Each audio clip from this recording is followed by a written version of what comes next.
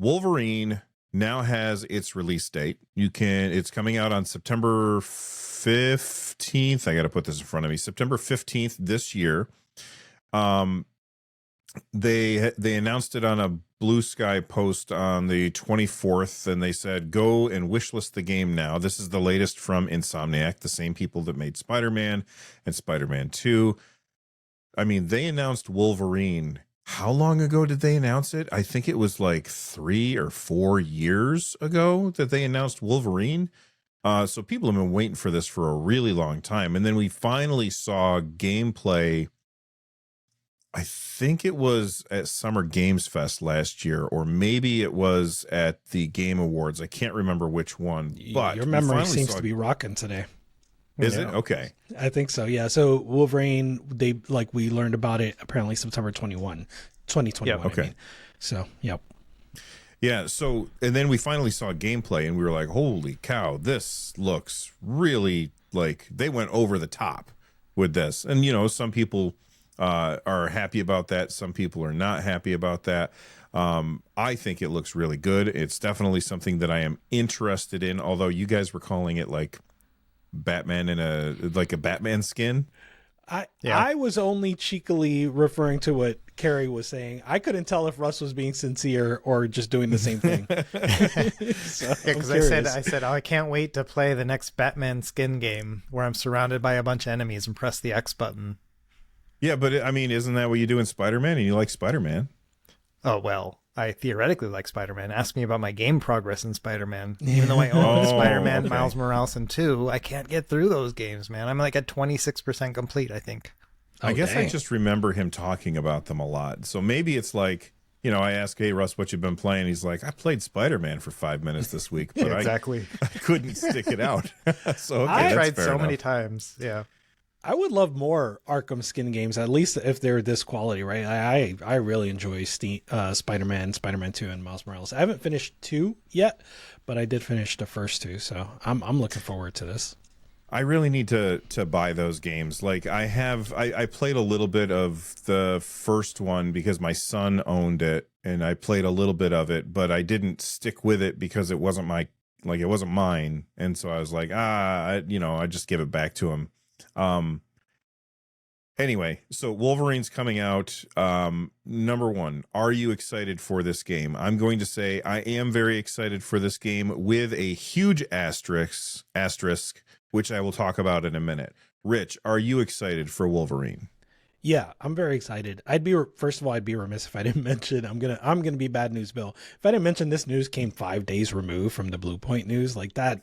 I know. Clearly they were just doing the news cycle sandwich or whatever. We did the bad news, let's immediately do some good news. So yeah, I'd be remiss if I didn't mention that. But I am excited. We've talked before about Insomniac holding Sony on their back like Atlas, and they have, we mentioned those games, but they had Spider-Man released in 2018.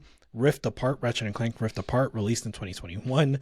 Miles Morales was the year before that, 2020. Spider-Man 2 in 2023, and Wolverine now in 2026. So they have been firing on all cylinders. And each of those games were great. Wolverine's looking awesome. I expect to pick it up, yeah. Russ, are you excited for Wolverine? I haven't really watched any showcase or gameplay or anything. I don't even know if they have any, so I don't actually know anything, but it'll really depend on how the game plays. If it's another open world game, then I probably would put it in the stack behind Miles Morales and Spider-Man 2, and then this one. I have to get through those other ones before I buy a Wolverine. If it is more linear and more just kind of story driven, like Ratchet and Clank, then I will pick it up. No problem. I love those games where it's you're on a mission, you're just going to progress the story more, and you're not just swinging in between buildings to go and stop the next series of generic bad guys that you just stopped earlier. That's kind of where I am. It's if it's a story that I'm following, if it feels more like an Uncharted game, it feels more like an actual single player experience like that and not open world, I'm for it. Okay, well, here's the next part, because we've been talking on this podcast a lot about Sony's strategy when it comes to PC. I think it was, I don't know, like last year, we started to see a lot, maybe it was the year before, I can't remember, but we started to see a lot more of Sony properties showing up on Steam and on PC. And a lot of us, there's 4 people on the podcast. Often we would say, it looks like maybe Sony is making this move towards PC because they've sold their games to everybody who's going to buy them otherwise. The only way to get more people to buy their games is to start selling those games in other places. But then shortly after, and I don't know if it's necessarily related, but shortly after Microsoft announced that their next Xbox was going to be a PC, essentially, it felt like Sony kind of turned around and said, you know what, maybe we shouldn't do that. And if that's the case, I completely understand why that they would do that. There's also the idea that the PC ports of the games, they aren't selling super well. So, for example, the Spider-Man 2 PC port only had 28,000 peak Steam players, which is a big drop down from the first Spider-Man, 66,000. And maybe they looked at that and they said, you know what, the amount of money that it's costing us to port these games to PC means that it's not worth it. So the reason I bring this up is because there was Jason Schreier, who works at Bloomberg. He was on the Triple Click podcast, and he said, and he gets lots. Go ahead. I should add that is his podcast as well. So he I didn't know that. Yep. I just thought he was a guest on that one. Okay. So he was doing his podcast, and he said, you know what? He has a lot of inside information a lot of the time. And he said he felt like they were pulling back from bringing single player titles to PC. And he said, I wouldn't be surprised if Wolverine never came to PC. And then later on in a Resetera post, he said, this is not speculation, which is very interesting. What's up, Rich? You have a concerned look on your face. Am I getting everything wrong? I had forgotten that he said that about Wolverine specifically. I wouldn't be surprised if it never came to PC. So I was listening to this podcast actually this morning, and I mentioned it in the group chat. Because when you hear him talk about it here, he sounds speculative. Because it's Jason Schreier, I still took it with some amount of gravitas, which is why I posted it in the group chat. Because this is something we've been talking about recently, right? Which is that it does seem like Sony's pulling back. And just today, it wasn't just Jason Schreier, but also Nate the Hate and John Linneman that also mentioned something similar. So now it's kind of becoming like where there's smoke, right? But that said, again, I did take it as speculative, and he didn't really say too much. And I like I said, I did forget that he said I wouldn't be surprised if it never came to PC. But then like you clarified later on in the day, he did post on Resetera and say basically this isn't speculation. He just wasn't ready to publish a story, and that he'll be basically more soon, right? So I think, where is it? It says, I mean, it's not speculation, but sometimes topics come up on the show before I'm quite ready to publish a story about them. More to come soon. Thanks for listening to Triple Click. This week's episode was a lot of fun. It was a really good episode, by the way. There does seem to be smoke here. One more thing I'll say before, because I want to hear what Russ has to say. One more thing I'll say on this is there's a chance, right, that even if Sony is backing off, which I do believe they are, that Wolverine has different terms, right? Because this is a Marvel game. It's a licensed game. Oh, right. And there is reason to believe that they have different terms. There's, a leak out there, if you remember that leak, where some of the details about Marvel licensed games were leaked. I'm not going to refer to that. I don't think that there's anything specific enough in there anyway. But if you have seen it, that may give you reason to believe that the terms that Marvel and Sony have for PC games may be different than just what Sony's going to do. What do you think, Russ? So when I saw the announcement come out, and it was on like Blue Sky or Twitter, and it was like, who's ready for September 15th, 2026? Wish list the game now. And there's a link. So I clicked on it. I'm like, all right, I'm going to add to my Steam wish list. It took me to the PlayStation store. I'm like, dang it. They got me. You know, like I was like, I thought that, you know, that I thought I was going to put it on my Steam wish list. And then I kind of got put back to reality. And honestly, I often don't like it when Jason Schreier gives news because it's never good and it's often right. You know what I mean? Bad news, Jason. So, yeah. And so like, you're right. It has some gravitas to it, you know? And so I'm a little worried. I think it is a bad move. I'm kind of thinking of it like, so, you know, you ever open up a bottle of wine and then you try to put that cork back in, it's really hard, you know?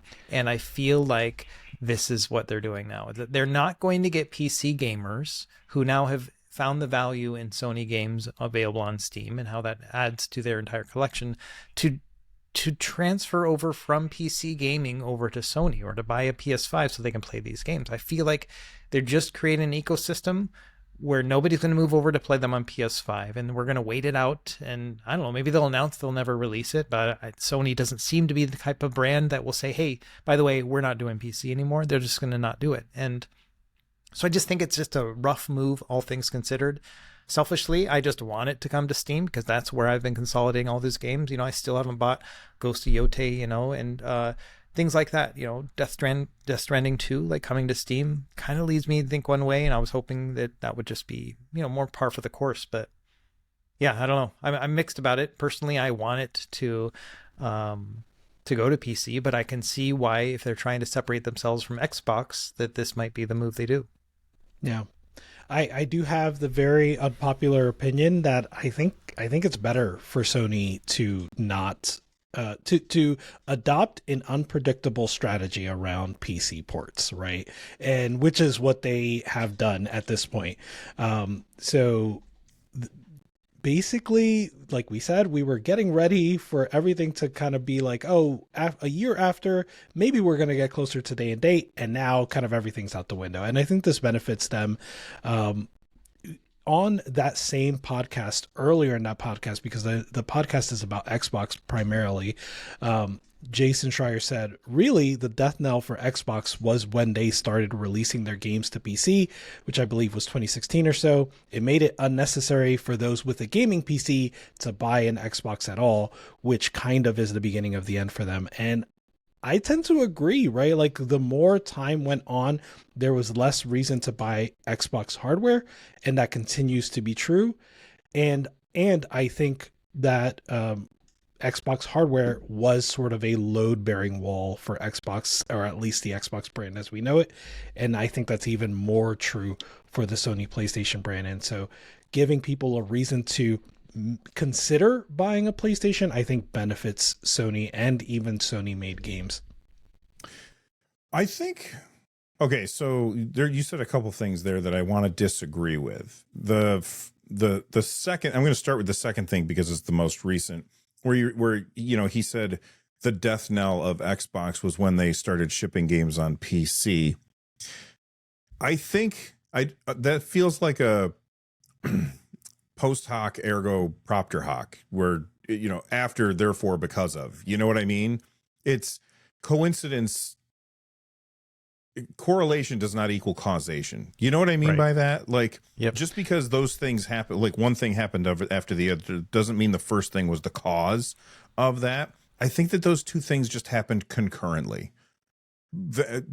Microsoft had just lost the most important generation that they could have lost, and I think that's such a the reason that talking point for Phil Spencer is so valuable to Phil Spencer is because it sort of alleviates him of any of the responsibility afterwards, right? Like Nintendo, that's true. Nintendo also did not carry over their Wii U to Switch library, or Wii/Wii U, and they also lost that generation. And then they came with the Switch, right? Like, I think that's a really convenient talking point for Phil Spencer because it bolsters his legacy. I don't think that I don't think that it's like, oh, I couldn't do anything because I lost Xbox One, so I had to do something. Like I think Phil Spencer had a lot more opportunity than he gives himself to recapture the Xbox audience. And I definitely think that makes a lot of sense, but I also think that people who are playing on consoles tend to be more entrenched in the console choice that they've picked. People seldomly switch from Xbox over to PlayStation or PlayStation over to Xbox. They pick one and they kind of stick with it, especially because they've got their friends list and all of their friends are playing that they've been playing with or playing on this system. And then, so like if you guys both have PlayStations and I have the opportunity to either buy an Xbox or buy a PlayStation, I'm probably going to get a PlayStation because I would like the opportunity to be able to play with you, or, you know, set up like the chat and, you know, do all of the things that you do together as a social experience on that system. So people switching between systems back and forth, I think that doesn't really happen a lot. And then the other part where you said about Nintendo's a completely different animal. Like Nintendo people are going to buy Nintendo stuff no matter what Nintendo does every single time, I think, which is why I have I have 3 Switch 2s in my house because I'm a Nintendo guy. You know what I mean? Yeah, my position is that Xbox can do that too. Valve has accomplished that. Sony's accomplished that. Nintendo's accomplished that. Xbox said, we lost, we can't do it. You know what I mean? Like they could have done that too. They could have engendered that relationship with their consumers, their fan base. Their fan base feels, what's the word I'm looking for? They feel betrayed, right? Oh, absolutely. Right. And I don't think anybody would say that's the fan base's fault. It's clearly Microsoft's fault that the Xbox fan base feels betrayed. I think Xbox had a lot more power than they give themselves credit here. I feel like, yes, they feel betrayed, but I think that betrayal started after the Xbox Series generation came out. And I don't think that you were going to get people switching from PlayStation to Xbox Series at that point. I'm sorry, Russ has his hand raised. So Russ. All good. So I just like to chime in here. Like, so I feel like that wasn't the death knell in particular for Xbox, just because if it had been played right, it would have been a huge thing. But it came down to the games, and it just wasn't. And there weren't enough compelling games on Xbox to drive people there. Because if there were compelling games on it, then the Xbox would be a very interesting product, because $299 for an Xbox Series S, and it can play all your games, and you don't have to mess around with settings, and it's a fraction of the price of a PC. Like, that all makes sense to me as a console gamer. You know, we'll talk about it when we talk about games we played, but I finished Halo Infinite this week, and I don't know what it was. Like, I was just like, let me just pop this disc in and play this game that I already own on Steam. And my save game's cross-compatible, so it's the same thing. But holy smokes, was it such a revelation for me just to pop it in, 60 frames per second, didn't even go into the settings, and just started playing the game. And it was awesome. And I was like, this is console experience. Like, I haven't had this in so long because of the PC gaming. So I think that there is still a benefit there, and there's still a huge audience for that kind of experience. But they just screwed it by the lack of games. You know, like PS4 generation, Xbox One generation, I can't think of a single Xbox exclusive, like what, Halo 5? You know what I mean? Like, there's nothing there that really got me. But PS4, holy smokes, I can name off 10 games that were just monumental for me during that same era. Yeah, there's no doubt that like the games can make a strategy, whether that strategy is sticking to console hardware or migrating to PC. And so at the end of the day, like, yes, having games would have bolstered either strategy. Then yeah, they failed on that account 100%. Well, I think they failed on a lot of places, without a doubt. But, you know, bringing things back to Sony, which is what we were originally talking about, the other thing that I feel like I disagree with you on, Rich, is you said you think it's a good thing for Sony to be unpredictable when it comes to how long they're going to, like, if a game is going to come to PC or not. And I do think that there's part of that is definitely true. But I think that there's a non-insignificant group of people, I'm probably doing a double negative here, that they would say, well, if if they're not going to bring it and Sony would just say, we're not bringing it to PC, they would run out and buy Wolverine and pre-order it right now. But if they don't say that it's never coming, then there's going to be people who are think, well, it might come, so I'm going to hold off. It's like Jim Carrey in Dumb and Dumber. So you're saying there's a chance, you know what I mean? There's a chance it's going to come. I'm going to hold off because I'm mostly a PC gamer, and I just have my PlayStation for PlayStation exclusives.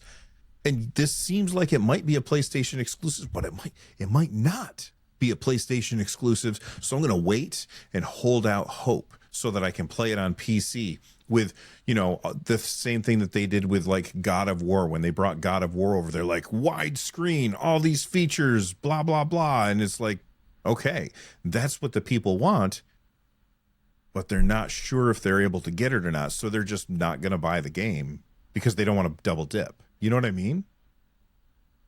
It's such a double-edged sword, because they're like, oh, this game's a dud. No one's buying it. So why would we spend money to port it to PC? Right? Like, so it's like this self-defeating thing. And I want to be in this perfect place where I don't have to buy it on PlayStation, but I can buy it on PC. And even then, I don't want to wait till it's $40. You know what I mean? Like, there's so many factors involved with this. And yeah, I'm still holding out hope, you know, that we'll get some of these games on PC, but I don't know. It's such a self-fulfilling prophecy if I don't buy it on PlayStation 2. Yeah, Bill, I see your point in terms of like maybe more people would buy if they kind of just committed to not going exclusive. I think certainly some or committed to going exclusive, excuse me. I think certainly there are the live service games that we know they not only have to have available on PC, but they are also going to consider having available on Xbox, just have that audience be as large as possible. Then I mentioned third-party IP, or excuse me, licensed IP, that they may have like terms that they have to negotiate, not just Marvel, but we know MLB The Show is available on Xbox, right? So when it comes to licensed IP, there's that. And then there are third-party games published by Sony, like Stellar Blade, like Death Stranding 2. Those have different terms as well. So I think here's what I'll say. I think despite the release window not being fully transparent, like what their strategy is going to be with PC is not transparent. I, as a hypothetical PlayStation fan, am not nearly as confused by what PlayStation will offer and when they will offer it as I am by Xbox, right? And even though we know Xbox games come to PC, will come to PlayStation, what is in Xbox, we don't know that, right? And you're not kidding. and I think Sony has done a better job of putting their fan base at ease than Xbox has. And the fact that PC gamers sometimes get to enjoy ports is a bonus, not the full kind of, entree for them. Yeah. Well, let us know what you guys think in the comments down below. Are you excited for Wolverine? Do you plan on playing it on PlayStation? Or are you holding out hope that it comes to PC? Or maybe you're not interested in this game at all. Let us know what you guys think in the comments. So you just saw a clip of my podcast, the Nerd Nest podcast. If you enjoyed it, then do me a favor and click on that like button. And if you really enjoyed it, then check out the link in the description down below. It's going to take you to the full podcast so you can watch the entire conversation and a whole lot more. If that sounds good, I hope to see you over there. Thanks for watching. Stay rad, everybody.